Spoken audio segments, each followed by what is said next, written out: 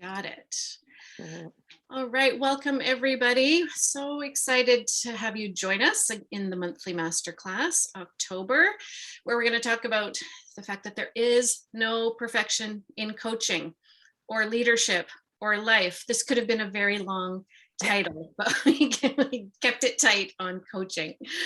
I'm going to introduce you to Adele shortly. And before I do that, I want to just get grounded. I know today I really am craving a little bit of grounding and centering. So I invite you to put your feet on the ground, anchor down. Nicole and Adele and I are all incredibly grateful to live, work, and learn on the unceded Coast Salish territory of the Algonquin and Wasanich nations, and certainly have done a lot of reflecting on what it means to be a white settler visitor on these lands. As I think many of you know who are in the space today, what a fan I am of the wisdom and words of Richard Wagamese.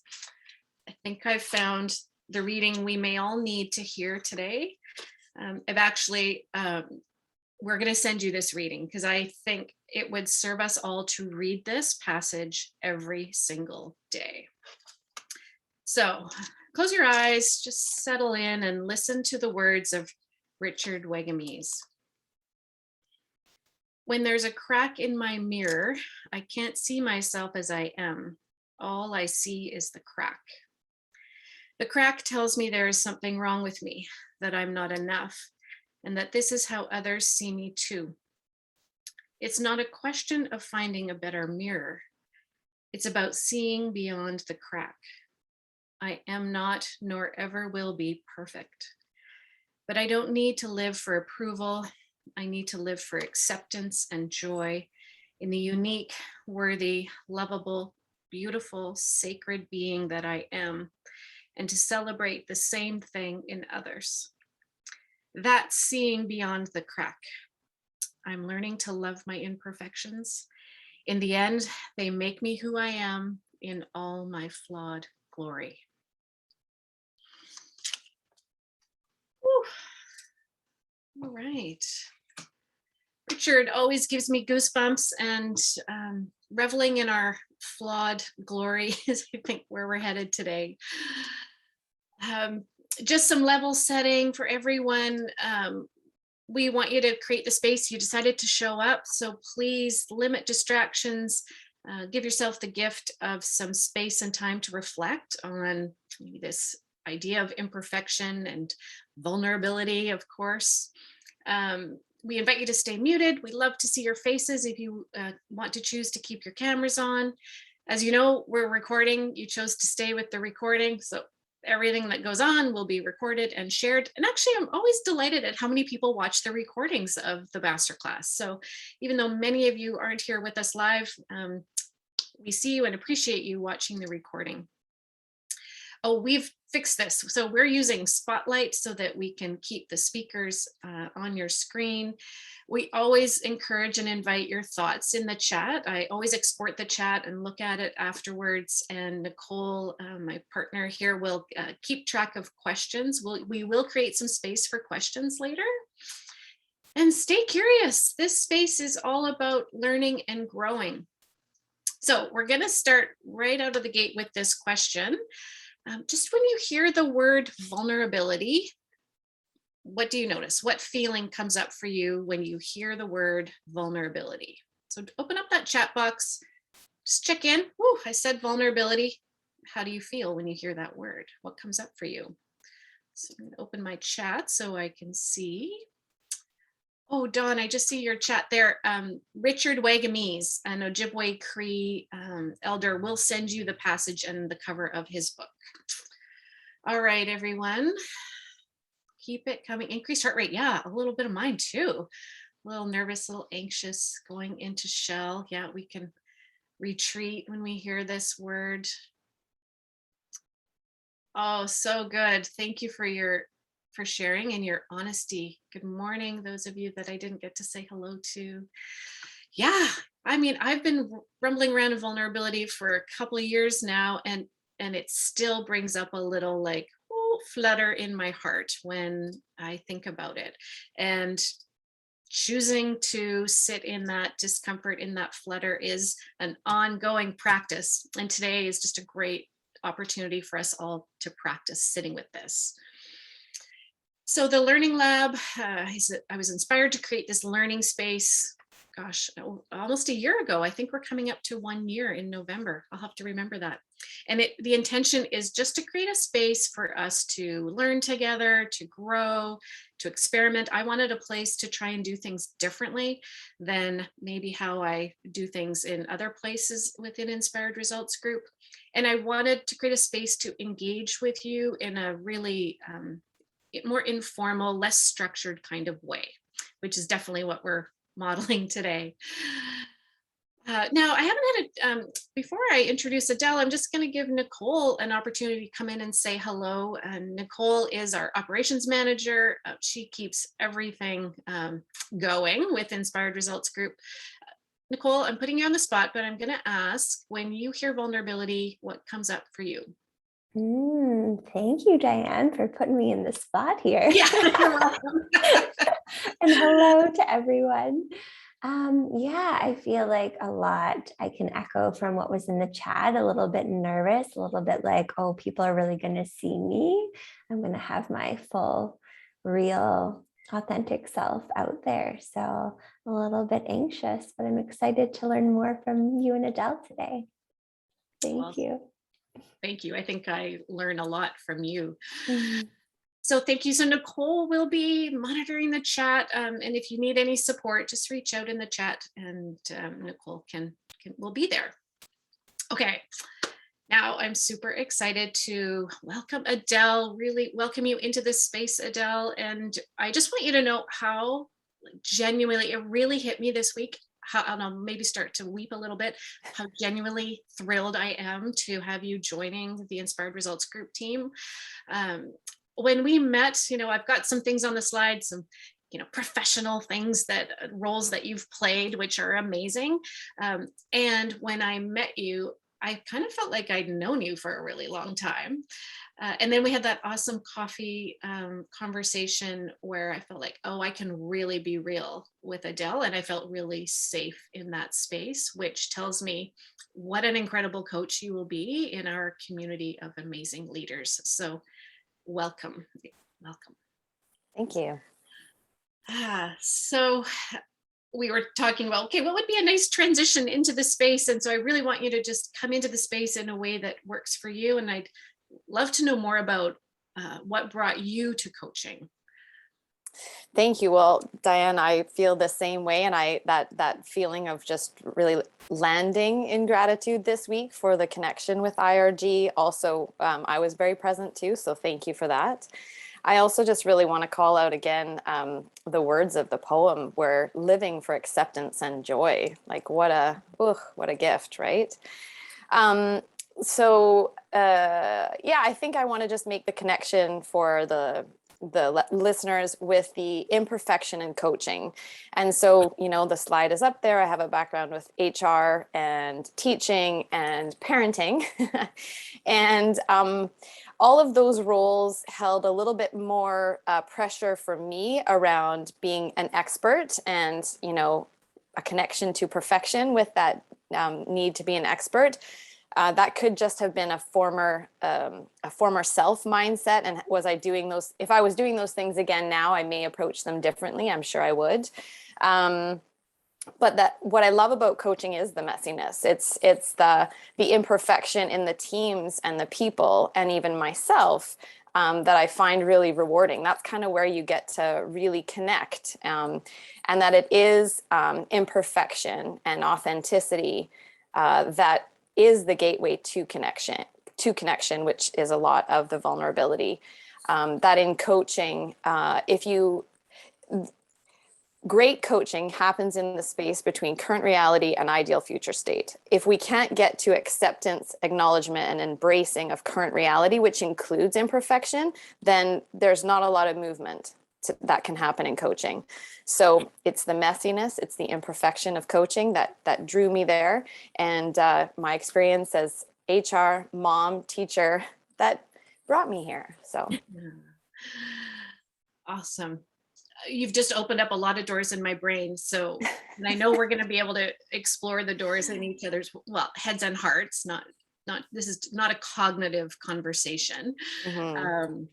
We thought what we wanted to do, I mean, we kind of hooked you all in here with this imperfection title, and we said coaching, and really what we're talking about is imperfection in all the ways that we show up in the world. And we wanted to, as Adele and I were talking and sort of exploring, like, what could this masterclass conversation look like? I think we've got about 10 masterclasses figured out, but this is where we kind of landed. And really, when we got down to it, like, imperfection is all about this rumbling with vulnerability. So we wanted to just have one slide to level set around the definition of vulnerability. And of course, we love a Brene Brown quote around vulnerability, that it sounds like truth and feels like courage, and it feels courageous because it's so uncomfortable. But it's not weakness. We are not talking about vulnerability as a weakness. And I think that's important to identify and name in this space, in this conversation. And what Adele and I are leaning on and exploring is the vulnerability definition that Brene provides, that we think about vulnerability as stepping into uncertainty, risk, and emotional exposure. This is vulnerability. This is what we're talking about. And in the Dare to Lead curriculum, the other piece Brene says on the heels of this is that vulnerability is stepping into situations without your armor, and stepping into situations where you can't control the outcome. You're not in control of the outcome, which is the essence of coaching. And more, I think it's the essence of leadership, and it's the essence of leading in a pandemic context. So we just wanted you to have this definition in your minds as we talk about this, so that we're kind of grounded in this idea of uncertainty, risk, and emotional exposure. So in usual masterclass form, we're going to do the fishbowl method. So the fishbowl method is Adele and I are going to enter the fishbowl, and you're outside the fishbowl observing the conversation and learning, reflecting from what you hear. After the fishbowl, we'll bring everybody back, and we're going to move you into breakout rooms to have a conversation based on what you observed and learned. I think we'll have a little bit of time for Q&A as well. I don't know if Adele and I have any answers around this, but we can certainly entertain some questions. So I'm going to stop sharing, Adele, so that we can have the conversation. All right, I'm just noticing we've got pinned, I'm just going to check in. Nicole, do we have spotlight ability for, well, maybe it's because we've got video on. It's all good. I just want to make sure that I can see Adele. All right, I'm going to put you on big speaker mode. Okay, I'm going to take a breath because my Zoom facilitation brain and my coaching brain sometimes need a little reset. So I'm going to take a breath, Adele. Okay. Thank you for that. Yeah. Invitation for all of us to just do the same. Breath. Enough talking. I am so excited to listen. And in the spirit of vulnerability, Adele, what have you learned about vulnerability in the last little while? That is a great question. Thank you for asking it. So we have had many conversations about, the longer you live in the world, the more time you have to observe yourself, the more data you collect, the more you can reflect and continue to try and make changes to get closer to whatever it is that you're wanting. So vulnerability has been an interesting journey for me, because I have felt that I was actually quite good at vulnerability. But the more I learn about vulnerability, the more I recognize that I suck at it, and that it needs to be a constant practice. And I use the word suck because I love Brene Brown's embrace the suck, right? So I'm embracing the suck around vulnerability. and taking all the data that I have about myself and continuing to put that into practice to improve my ability to be vulnerable. So one of the kind of markers that showed up for me around, hey, you're actually maybe not so good at this thing you think you're practicing called vulnerability, because when I would talk about things, when I would share, thinking I was sharing vulnerably, people would say, oh, you're so strong. You're just very strong. And I was like, looking at them like, it's not computing. The story I'm trying to tell you is that I'm not strong, but what you're taking away from my story is that I am strong. So I sat with that for a little bit, and I realized that I would share, but I would share from a place where I already had it all figured out. I tied it up with a pretty bow. It was in a beautiful package, and I had it sorted. So that wasn't vulnerability, in that there was, yes, emotional exposure because I was sharing a story about myself. Yes, some potential risk because there could be rejection, there could be judgment, but uncertainty was not present because I was certain how the story was going to end. I'd already sorted it out. So in that, recognizing, oh, that's an element of vulnerability that's missing for me. So how that would play out now is, rather than having something happen, noticing something's in the space that's not really connecting or working, such as like someone saying, reflecting to me how I'm appearing outside that I'm not experiencing inside. I, in the past, would have gone away, sorted it out in my mind, kind of worked it through myself, and not checked in with that other person as to what happened there.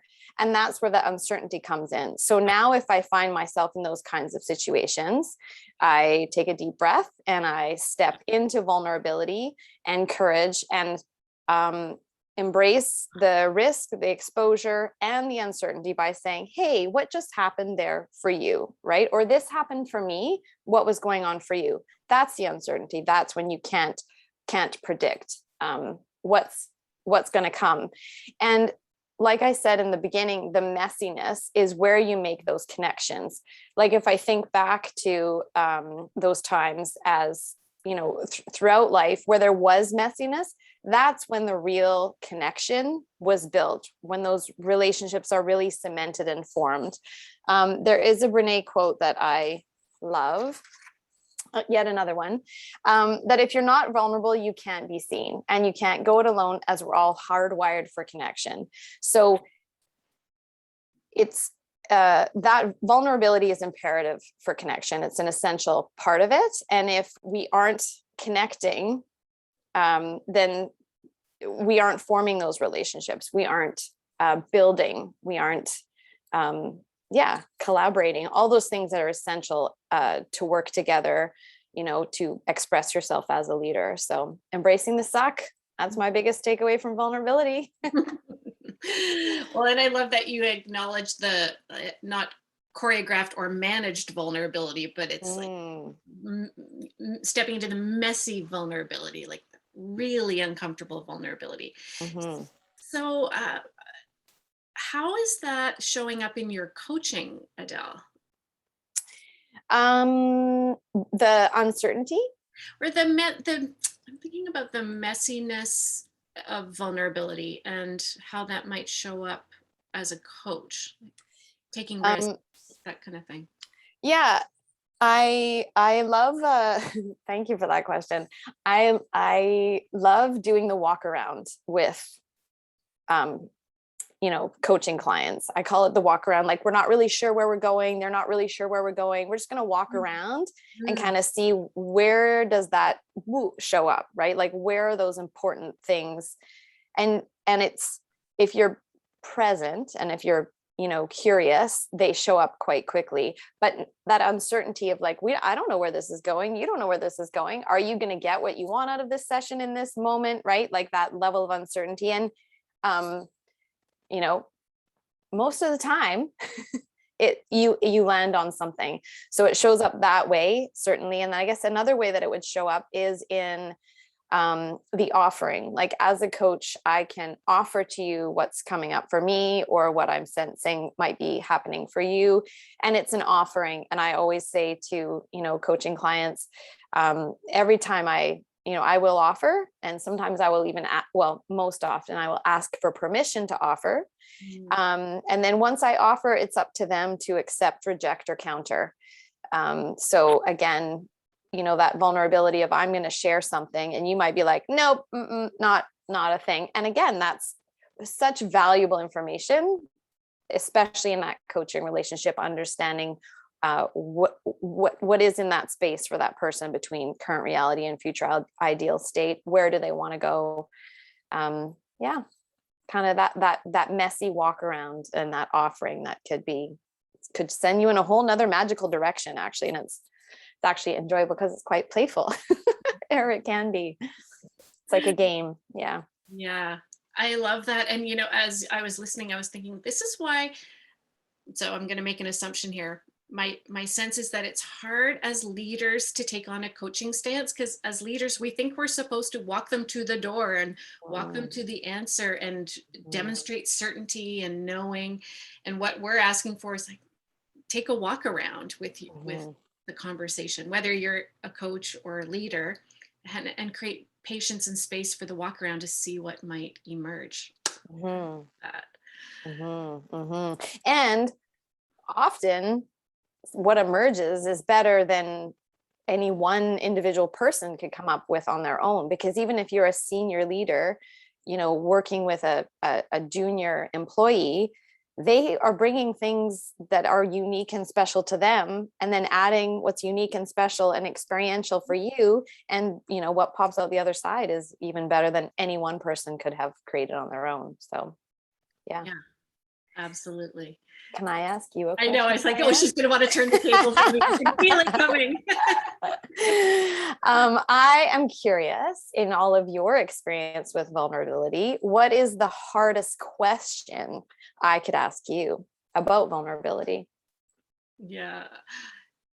I don't know if it's a question or a statement, like, how come you haven't got this nailed yet, Diane? Like, what's the problem? You've been in Dare to Lead curriculum deeply for 2 years. How come you haven't got this perfect yet?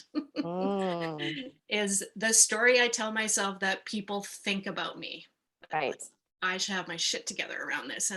And like you said, it's like, more and more unfolding and learning. And yeah, so letting go of my story that I have to have this all figured out is my continuous work to do with myself around this topic. And how does that play out in your coaching? Well, I'm so glad we're doing this, because all week I've been like, one epiphany after another, and realizing in coaching, I may be trying to show people the door more than I acknowledge. And so that kind of was like, like how is my need to control the outcome showing up in my coaching? Am I actually leading people more than I realize? Was one thing that came up for me. And this control theme, like I had some tough experiences this summer that really put me in situations where I had zero control of the outcome. And it was so hard. And I was pissed off and struggling and freaking out. And I was like, okay, maybe I have more control issues than I've, been willing to acknowledge so far. So where I feel like this imperfection thing, I'm like, yeah, I'm getting more comfortable with making mistakes and not letting that impact my worthiness. And the new devil I'm sort of navigating is the control, or the need to control. And how is that showing up? And I was in a team meeting, this team I'm a part of, and I could all of a sudden feel like I was really trying to take control and drive this agenda in a particular direction. And I actually said to the group, I'm just noticing I'm really trying to drive this conversation, and I'm just going to take my hands off the reins right now, because I can really sense this in myself, and I don't want to be that way in this group. And it was really empowering to say it. It felt super vulnerable to name that out loud. And then it kind of changed the whole chemistry of the group, actually. And we ended up being more collaborative and all of that kind of good stuff. So Nice. That's a long rambly answer to a really hard question. No, I love it. And it segues nicely into then thinking about, how do you keep yourself on track with a constant practice of vulnerability and being authentic to what your intentions about, your desire of how to live. And you kind of outlined that noticing, and then getting curious what's going on, and then checking in like with yourself and with, others around you. You were talking specifically about control and noticing when you were having that desire to control and kind of reacting in ways you don't really know yourself to be, right? Like being pissed off and being reactive and being frustrated. I mean, we all have those moments, and it's just noticing what are those, what are the markers, right? Like what are my kind of stop signs or my roadmap or my road signs along to help me stay on track. And for me, when I'm out of a place of vulnerability, I'm very self-righteous, right? I'm like, oh no, I am right. And there's soapboxing going on, and there's conversations with myself and possibly conversations with others. And I sometimes talk about it as like, oh, something really stinky has shown up, right? Like this is getting into pretty stinky territory. I know I'm out of alignment with vulnerability and integrity with myself. And that's kind of a roadmap for me. And then that would be that would be what I would notice. And then there would be the checking in, like what's really going on here, getting a little bit vulnerable with self first. So then you can then check in, be vulnerable with others. And it's the same process, with teams when they're wanting to stay in a vulnerable place, like just noticing what's going on, right? Then getting curious about why it's happening, and then doing that check-in to potentially get back in alignment or address whatever's coming up, what's important about what's showing up, and then getting connected and continuing on. So, similar process. Well, and this is where I think this skill of curiosity, or the mindset of curiosity, will save us all from everything. Like, if we could just be more curious about ourselves, like you said, first of all, like, oh, and for me, it's what I've really appreciated in Brené's work is the connecting to your body. Like if you notice something going on physiologically, like what's going on, like where the tightness, and it's usually like, and actually it's like my throat chakra tightens up and I'll get this like squeaky voice, and it's like, oh, that is not the voice I want to be having. What is going on? So it usually shows up here, or kind of a tightness in my chest. And I think, I have so many in the past, so many examples of me just trying to push through that. And now I'm trying to practice, not perfect, trying to practice that, like what is going on that's got this heat and this tightness, and I'm losing my voice. Like, what's going on for me? And then, and the courageous part is the naming it outwardly to the group or the person I'm in the conversation with. And that's the ongoing practice. And I think that's where that reaction we can have, like, this is uncomfortable, so I'm just going to drive through this, or shut this meeting down, or wrap things up because this is getting hard, let's move on, let's schedule another meeting. That happens all the time in organizations because we just want to get ourselves out of that discomfort. And the first courageous step in that whole process, like, yes, it's very courageous to name it with others, but there takes a huge amount of courage, possibly more, to name it with yourself sometimes. And that has to really happen first to then be able to authentically share it out. Connecting to what you said with your body and your physiology as being one of the most amazing GPS systems that we have to navigate life with. I really appreciated Brené's explanation around shame as that warm wash, right? Like, how many times have we all experienced that and been like, what was that? And then just that invitation to pause, much like it can take, even if it isn't shame that's triggered us, any of the things that will trigger us, we need to pause, that permission to pause. That is very hard to find. Actually, the pandemic has been an amazing opportunity and invitation in to inviting more pause into our world.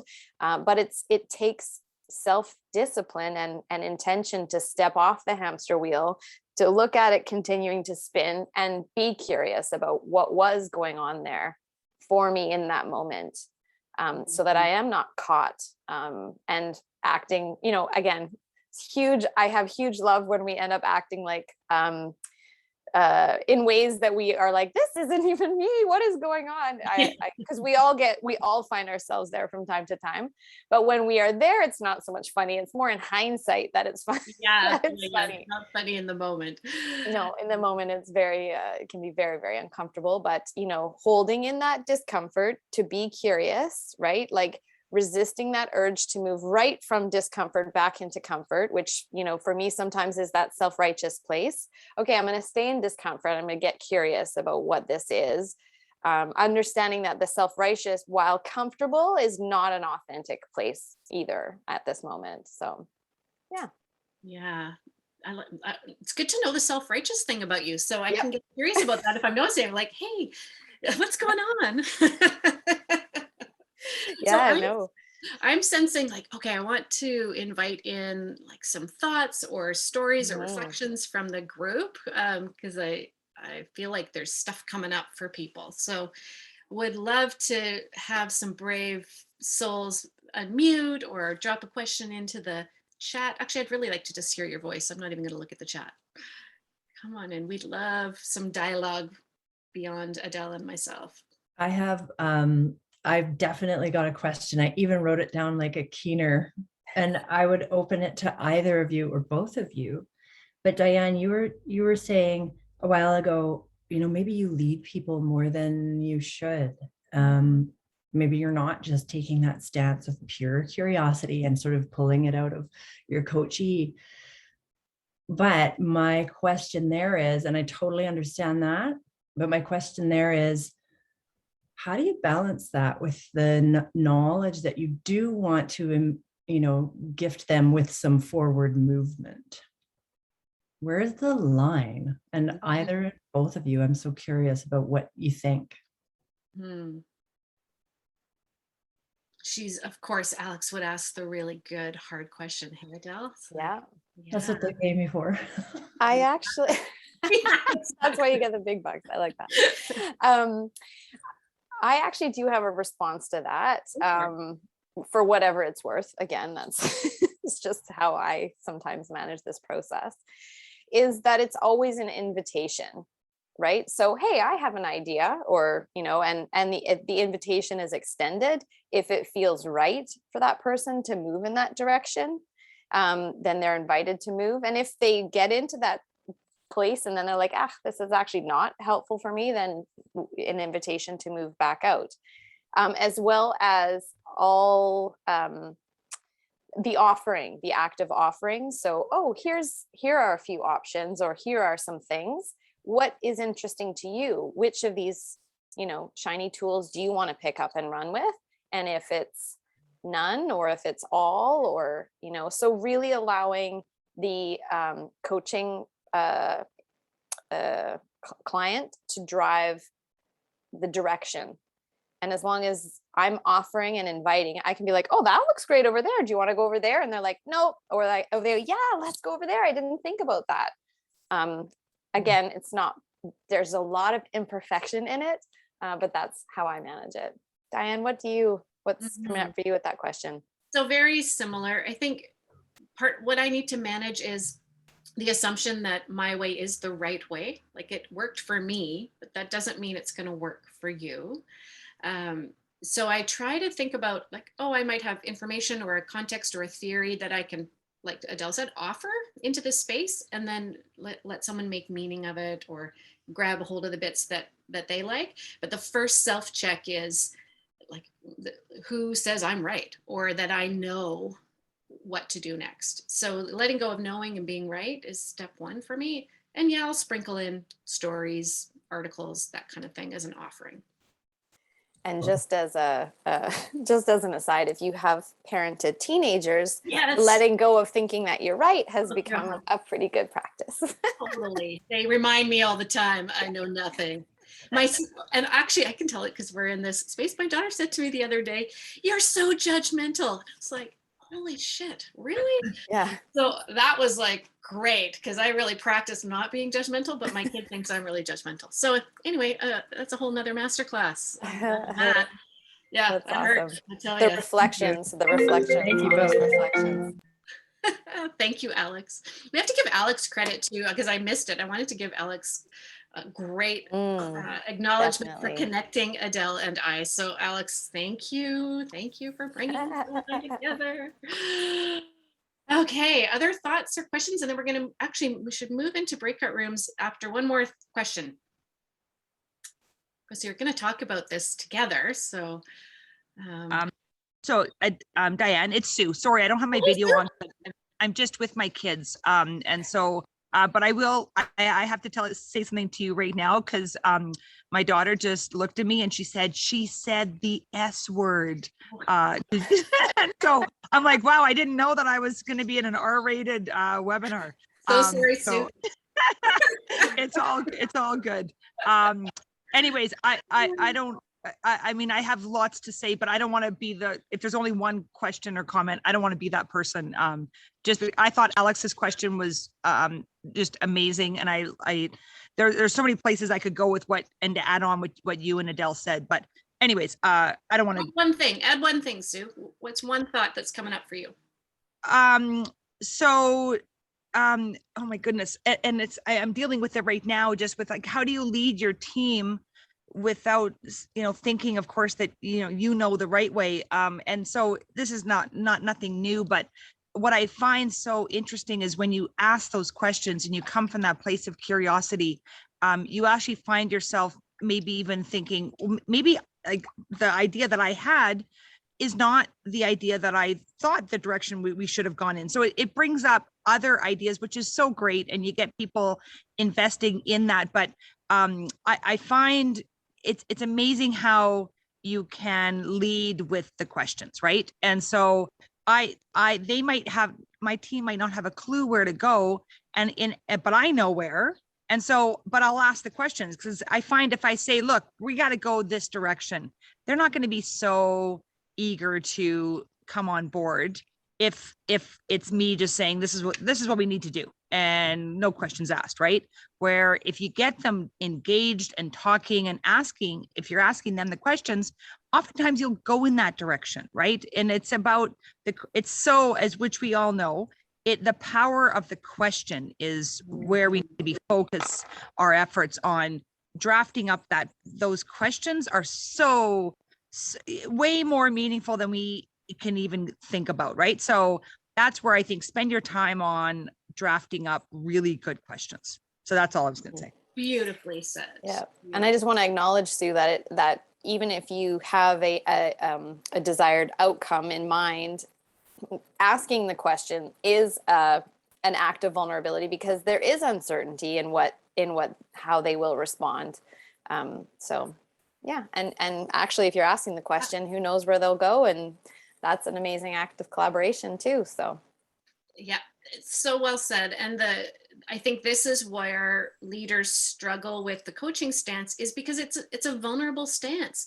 It's uncertain. You don't know what the outcome's going to be. So the resistance to coaching as leaders, I think, is rooted in this vulnerability piece. So, okay, so we could take this in so many directions. Here's where we want to take you next, is talking to each other and practicing vulnerability. This is a great place. It's a safe space to practice. And we just really want you to uncover what has shifted in terms of your understanding of vulnerability after being an observer to this conversation.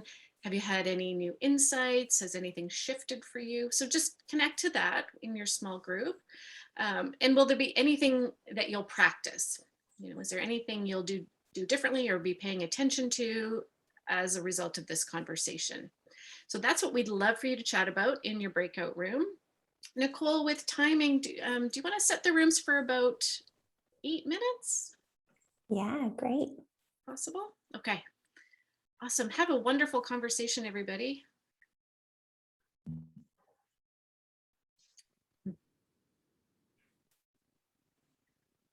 Welcome back. Welcome back. Okay, everybody.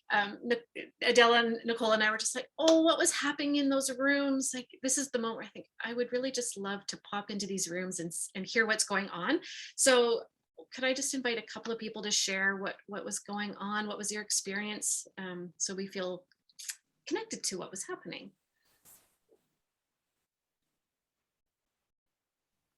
I think Andrea should speak from our group because she was so awesome. Thanks, Sue. I appreciate the kudos there. You know, it was a good conversation. I think we talked about the scariness of being vulnerable, and we were focusing on sort of being in that moment, sort of where you feel it in your body, and to being able to name it and address it and share that with somebody else, and how do we do that? And then we got asked a really great question as to what happens when someone comes to you and they're the ones who are in crisis, and if we're actually asking, you know, if we're talking about how we're feeling and how it's making us feel, is that not just making it about us? Which I have to say, my kids say to me all the time, you make it all about you, Mom. But I think the best thing that we can do is to pause. And when someone comes to us, whether they are angry or upset, whatever kind of emotion it is they're feeling, giving them that space to be able to ask them, where is this emotion coming from? Like, talk to me where this is coming from. Gives them space and time to pause and actually reflect upon themselves, gives them a chance to collect themselves and figure out exactly what it is that they really want to address instead of just reacting. And then you can have a conversation. And then maybe if you talk about how you feel, then you can move the conversation forward because it becomes a shared experience. Ooh, shared experience.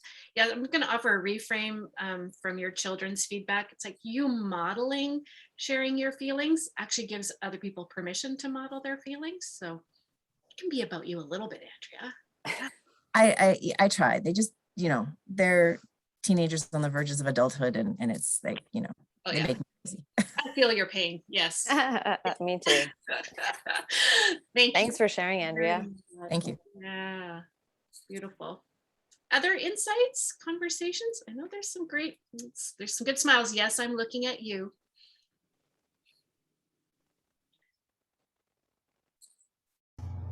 Okay, I'll jump in. I can.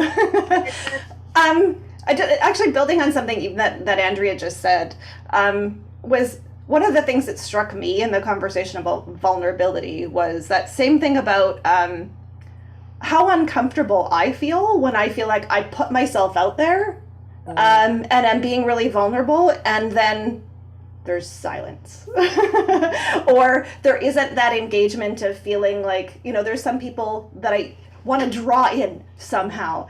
And we talked a lot about the bit of how different that is in a virtual environment and how it's so unnatural for us to be staring into each other's eyes directly. That wouldn't be what we would be doing normally.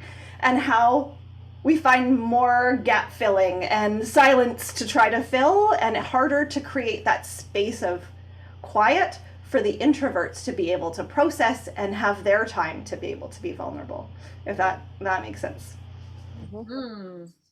So did you figure all that out? Do you have some answers? Oh yeah, 6 minutes done. Wrapped package.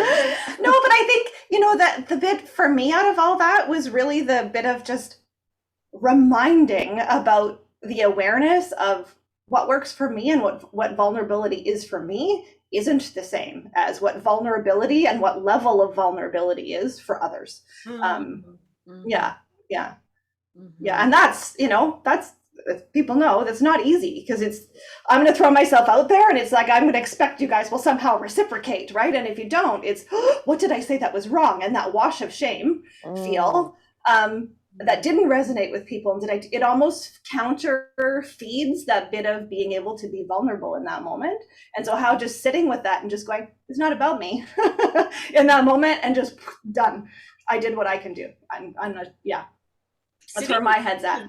Yeah, sitting in silence is a totally vulnerable experience, because and when we start talking, I'll speak for myself. When I start to feel silences, it's because I want to control what's going to happen, and like that I want to take control of the silence because it's uncomfortable, because it's uncertain, like all those things. So being in silence is so brave.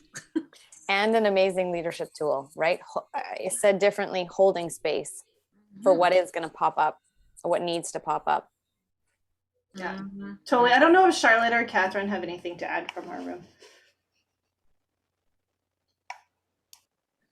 As the introverts in the room, yes, we definitely could. We had a great conversation. Yeah, I'll just sort of add that we were also talking about what that curiosity looks like as well.